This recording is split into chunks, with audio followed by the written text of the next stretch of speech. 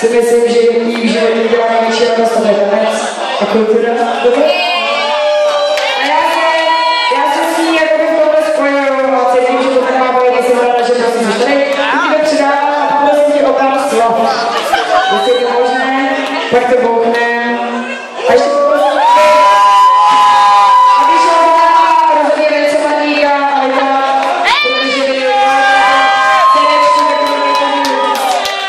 Kde prostě dělají hudbu? Hele, koukněte si za nás, jo? Tak, samozřejmě.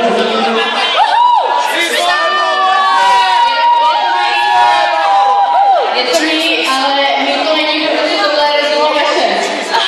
Já moc teda tady, že jsem takhle zdrojem v tomto baráku, který je totální hip-hop. A proto tady taky samozřejmě pustíme tohleto album Života blíž, na který se podívat lidi.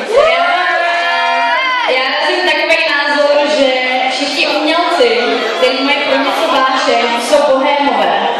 A jak všichni víme, tak bohémové jsou strašně zlí a proto jsou schopní vlastně tvořit nenormální věci. No, a tady to vidíte. Takže já bych to jako srdečně podpěla.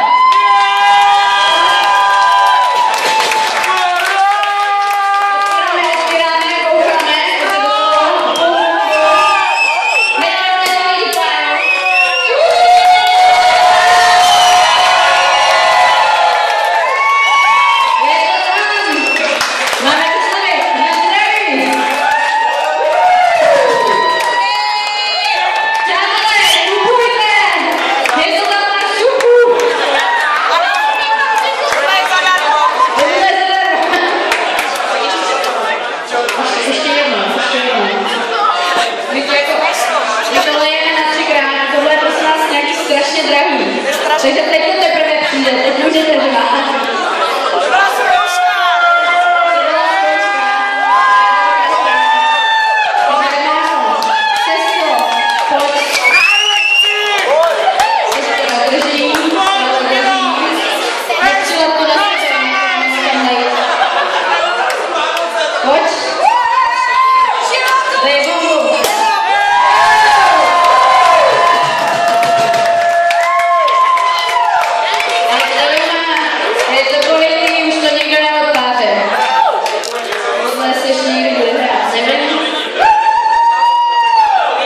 Stříkáme po lidech.